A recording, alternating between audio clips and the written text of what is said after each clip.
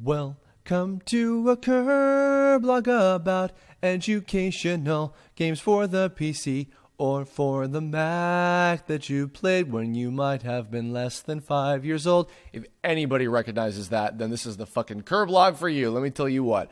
As I've also just given this Kirblog an R rating, and talking about children's educational games, good. I'm tackling this one in particular because I waited until the last second to record this week's Kirblog, so I apologize to everybody for kind of breaking the chain of the relatively deep personal topics I've been doing lately about building stories and character creation and story creation, et cetera, that sort of thing.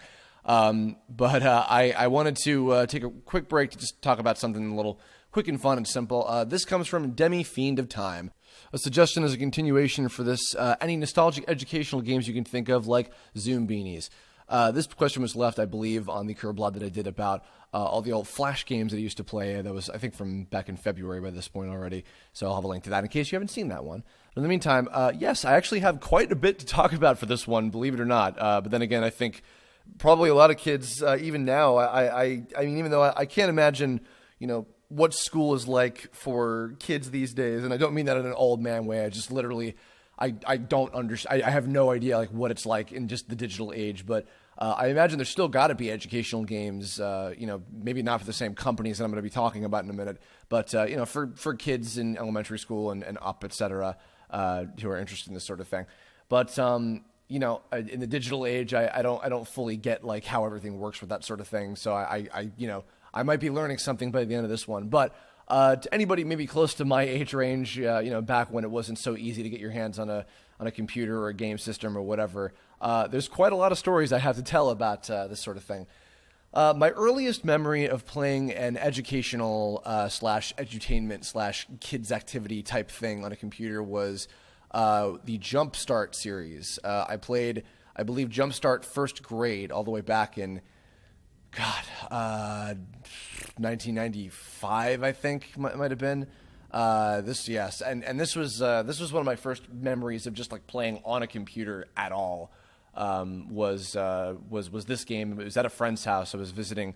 We had some close friends that had moved away to Florida, and I think we were visiting them one summer or something, and they had a computer and they had this Jumpstart game on it with this little dog character. And I remember distinctly two major things on that. A pizza making mini game. It was all kids activity mini games or whatever like that. But that one, and then also some type of like MS Paint style program that was really just like hitting the paint tool into like a bunch of coloring book pictures. The most distinct thing from that was we also had a printer, a color printer, the friend did at the time. And so I just colored a bunch of the pre-made pictures, most of which were just pictures of cartoon fruit characters, not to be confused with the Fruities for any of my UK listeners, or European listeners in general, I suppose. It was just like a bunch of fruits and then a train, and I just colored those, and then I told a story with the text that I could put underneath them. Like, one day, Chris had an apple to eat, then he had a banana, then he had grapes, then he had watermelon, even though he doesn't even really like watermelon that much, then he had a bunch of other stuff, and then eventually he went on a train and went back home. The end. That was the story. Good. That was from what I can recall, my earliest memory of doing something like that. But then the big one, the big company that I think most of the people my age were familiar with, because that's all we did after school. When we had like Milk and Cookies was our after school program. That's what they called it, because we were given milk and cookies when we had to wait until our parents would come pick us up. Was all the Macintosh computers, the early shitty Macs on installed or put in all the major rooms in our classrooms and in my elementary schools. Had lots and lots and lots of stuff from The Learning Company. I regret to say that I did not grow up on the Reader Rabbit series, unfortunately, which I know is probably like a big one that a lot of people know of, but I don't think I ever actually played any of those before. I played a shit ton of other ones, and I believe they're all out of order compared to like when they came out, but there's a whole list of them. The first of that series that I remember really investing a lot of time into was the Treasure Hunter. It was all part of the what was it, like the Super Solvers series with the little character with like the what is it, the baseball cap and like the blue jacket that would go over them, so you couldn't tell like if they were a boy or a girl or whatever. They were just like a generic like kid trying to stop Morty Maxwell, the master of mischief, in all these games. Yeah, the first of those that I played were the what I thought was the trio of Treasure Mountain, Treasure Cove, and Treasure Galaxy. Turned out after that I played also Treasure Math Storm, which was apparently I think like right after Treasure Mountain because it was the same layout. And basically these games had the same kind of layout. For those of you who hadn't played these before, if you look up some footage of them or whatever, the Treasure series of the Super Solvers Learning Company games were you play as a character who goes around 3 levels. In each of those 3 levels, you have to capture, either an elf or what was it, like a little starfish guy, or like a star, like just a regular, like a little star sprite guy or something. And when you capture them with your magical like bubble or your net or whatever your thing was that you could use to capture them for whatever game it was, you have to answer a question, and if you get it right, they give you a clue. And by finding out 3 different clues in each level, then you go to you have to like use some sort of magical thing, a separate item that you use that you have like a limited amount of, to scan the area, like different like parts of the environment for a clue on what will lead you to the next area. So say like the 3 clues are like, red like square-shaped flowers in a bush, and there are 3 of them in that bush. Then you find the bush that has 3 square-shaped red flowers in it or whatever, and then you do your thing, and then it opens up the gate into... Oh, no, you find the key. That's right. You find a key that allows you to open up, or some kind of like thing that opens up the next area. And you do this 3 times, 3 different levels. A lot of kids who are getting feasibly smarter would learn how to just, navigate around and bullshit it through just having 2 of the clues. And you could there's like a shop where you could like buy extra things and like load up on your bubbles or your nets or whatever. You could restock on your items and things. So it's the same basic kind of setup for what the game was in each of those, but just with different like motifs and different subjects. You could do like math and English and science or whatever depending. And then at the end, you'd fight like sort of a boss character, or maybe even just like play a cutscene that would signify, oh, you did it, and you get a little prize. You get like a little shitty sprite of like, here's a telescope or something, some little bullshit trinket, and then you put it back in your clubhouse. And then the point, which actually this is why I bought one of these games. I actually owned Treasure Cove, the underwater one, for my PC back at home, because in that one, for instance, the more points you get and the more prizes you obtain and everything, then the more you would build this rainbow bridge that would lead over to the castle, which was Treasure Mountain actually. I was like, oh, it's that game, hey.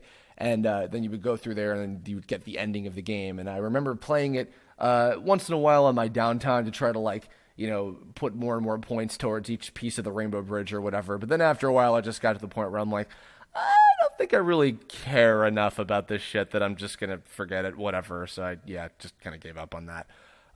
But I played a bunch of those. And then there were a couple other games from that series, 2 in particular that we had on our computers, were Gizmos and Gadgets and Mission Think. These are part of the same Learning Company's Super Solver series. But Gizmos and Gadgets was the one that like everybody I knew played. Oh, and also Midnight Rescue. That was another one too. Where you played as this kid and you go around. Like Midnight Rescue was you had to like go and like fight these robot things that were like taking over the school at night, and you were like going in there sneaking around and stuff. And again, there was still a lot of educational stuff integrated. Like also Gizmos and Gadgets, you had to like collect these different pieces of vehicles that you could race Morty Maxwell in these different races with different types of vehicles and things. And then to get the different pieces and the fuel and everything you needed, you'd have to go to these different rooms while avoiding robots or whatever. And you had to like solve these little puzzles that were or like they were like different like mechanical like devices like pulley systems and things like that. You had to like align all the pieces correctly, and then you get something, and then you could go back and okay, now I have this super powerful blimp that can go super fast, and I'll be able to win the race or whatever, and then you get more points that way. That was just like the one that I recall the most people playing all the time. The one that I remember being really captivated by, which I think looking back on it wasn't as good as I remembered, and I was kind of expecting that to happen, was the Mission Think game, which involved you having to do some similar kind of things as Gizmos and Gadgets, where you mainly had to run around these different rooms and collecting things and getting pieces and stuff. And it was specifically for this board game that you'd be playing against Morty Maxwell, the Master of Mischief. And you'd basically have like a grid. It was kind of like a Duel Monsters, like Yu-Gi-Oh type of board with like different types of environments and things, kind of like in the Duelist Kingdom arc. That sort of visuals, and you'd have like these different pieces to move around and kind of progress through it and everything. You can move in different ways and have different commands and things. It was pretty cool. I remember it being very interesting, but I think when I looked back on some footage of it, I was like, oh, this system actually wasn't as like complicated or interesting as I recall it being as a child. Now, to be fair, too, I think a lot of these games don't hold up as well as we thought that we did, because the reality is we played a lot of these games because that's all we could play, especially if we didn't know where to find stuff like freearcade.com or whatever, like I was talking about in the other Kirblog, or if we didn't have like our Game Boys or something, or even just in general. I think even with my Game Boy, I remember still being captivated enough by these like mysterious games that were only playable at my school because I didn't even know where to go buy them or whatever. I wasn't even thinking about that. They were just so associated with like my after school time or like during computer class or whatever that I wouldn't think to go to them. But funnily enough, I feel like some of them definitely did leave a big mark on like, on the history of gaming, I guess you could say. Because then, of course, there's the wonderful Oregon Trail, another Learning Company game, which I didn't realize that was the Learning Company until years later. But that's a game that I knew everybody loved to play. And that still has, like, a special place in people's hearts. There was this, I went to an arcade in L.A. A couple nights ago, and I found this, they had a little pawn shop next to it with, like, this it had this one really cool painting of just like a bunch of different like video game locations all assembled into one big map, and they had like the Mushroom Kingdom and like all these different places from various like famous video games, and then just like mixed in there was the Oregon Trail, like just as a location. So it's like that in and of itself shows this was a game that kind of went above and beyond that. Although speaking of world maps, the World in the World is Carmen Sandiego games, which I did not get to play much of, but I know that that's a big one for people, like a big series, the whole franchise in and of itself. Plus with the TV show, like the cartoon series and the game show, etc. That was a big thing. There was one PC Carmen Sandiego game that I played years ago. I don't know which one it is, and if any of you guys out there recognize this, all I know is that it had like a really really cool overworld that was kind of like Zelda-esque, and it was all these different locations. I remember it being really, really cool looking, but I don't know which Carmen Sandiego game it was. So if any of you guys out there grew up with those and maybe might know what I'm talking about, link me to some footage or something, or whatever, if you think you might know what it is. There were also some other ones that actually, speaking of which, that I can't remember like what the name was or what company made it or whatever, but there were two games I listed down on here. I have a little cheat sheet in front of me, sorry. There was some sort of like game where you could play as like one of many, many, many different types of fish, and you could move around. Like it was like an up, down, left, right, but it was side scrolling, but you could move up, down, left, right, and swim around. And you go around this massive like coral reef type of environment, and you would basically have to survive by eating whatever type of fish that creature you were playing. As you could be other sea creatures as well, but it was mostly fish. And all I remember was always picking the shark because fucking I was 10 or whatever at the time, and going around trying to eat all the other smaller fish. And you had to eat as much as possible to keep your character healthy and alive without them just killing over and dying. So that was one that we had on our computers back in the day, if anybody knows that one. And then this one's really obscure, and I really doubt anyone's going to know what it is, but it was some type of like game where I think it was mainly a math game, and it was particularly, or maybe this might have just been a part of it, I'm not 100% sure, but it was a game that involved having to like learn how to add cents, like how many, how much does it add up to $1 if you pick however many quarters or however many nickels, and like you had to like add up the cents to make up whatever the amount of money they were asking for, type of thing. And so they would ask you, and it would have voices in it. And all I remember from this, and it is permanently like it's fixated itself in my brain, is when you would solve a problem right, this little like cartoon face would come in, and like his hair would like pop out like Medusa hair or something, and he'd go like "Doki," and then so every time you keep solving the problem, you go "Doki," and that just now sometimes when I'm confirming okay to somebody, I say okay. I go, okay. Just sometimes I do that. Like that's how like ingrained it is in me. And also like when you complete like a round of like 10 questions or whatever after the last okay, you get a little Yahoo to congratulate you for a job well done. So yeah, I'm not expecting anybody to know those. But I mean, maybe this is the only platform I'd have to like search the internet for whatever the fuck those games are. Also, there was I'm sad to say, unfortunately, because I'm sure everybody's going to be screaming at me about this. I did not play a whole lot of the educational Mario games. I didn't really play much of Mario Teaches Typing. or even on the Super Nintendo, like Mario's Missing or Mario's Time Machine. I think I rented those two once each, and then I was like, okay, well, fuck that, not interested. But even like Teach's Typing or like Mario's Fundamentals or whatever, like the Game Gallery one with like Charles Martinet, like I guess I'm gonna go fishing and all that shit. I did not play those, unfortunately. Like if I think very briefly at like other friends' houses who might have had them, but I never owned them. I never really like got to spend a whole lot of time with them, which is weird considering how much of a Nintendo freak I am. But yeah, sorry to disappoint on that. But the last series of the many educational games I played that I'm very excited to talk about, I played these a lot earlier in the chronology of what I'm talking about, but I wanted to save these to last because these were my favorites above all else, was MECC's The Muncher series. These were great. I think that more so than anything, these were the ones I enjoyed. Probably just because I loved the characters so much. Like they were really Super Muncher, or just the Muncher in general, not specifically Super Muncher, and the Troggles. Like were such great designs. Like I don't. There's just something about them that I thought was really cute and fun. I love to draw them all the time. I'd have little like sign language, like hand signs for like representing each of those characters or whatever. Like Reggie was one of them. I remember, and like Smarty and some other one. I can't remember all their names. Helper, I think, was one of them. Yeah, I loved those games. I played Word Muncher and Number Muncher a lot. Those were the ones that we had in the beginning, and then Super Muncher was the one that came after that, I believe, and that was my shit. I loved that game. I loved the Super Muncher design with the little cape and all that stuff. He was great, and the little fun cutscenes in between. Actually, no, sorry, the mini games in between. Most of which were very easy. It was like, so basically, if you haven't played the Muncher series before, it's a grid. I think it's like a 5x5 grid, I believe. And you move this little character around. You have to munch whatever the subject at the top of the screen is. So if it's like, prime numbers, you eat all the prime numbers. If it's like animals, you eat, like mammals, you eat all the mammal words. And these little Troggle, like demon monster things would come in from the side and try to chase you around. They would eat certain words, and they would like change words if they moved past something or whatever. And basically, you had to avoid them. And then in Super Muncher, if you score a certain number of points, a little like space would open up for you to go in and transform into Super Muncher, and you could kill the Troggles and score extra points, and then eat a bunch of the different words. You could eat anything on the screen. It didn't have to specifically be whatever the subject was. I think you could just like eat lots of stuff and score major points and everything until your power ran out. And then in between each of the rounds, there'd be like this little special mini game you could play. One of which was like you have to. It was all leading up to some kind of plot of fighting, like the evil Dr. Frankentroggle or whatever. But like the first one, you had to like guess which one of the Troggles it was that was like walking by. He's like in like a little disguise or something. The other one was you had to remember what the password was, like is hidden behind a bush or something.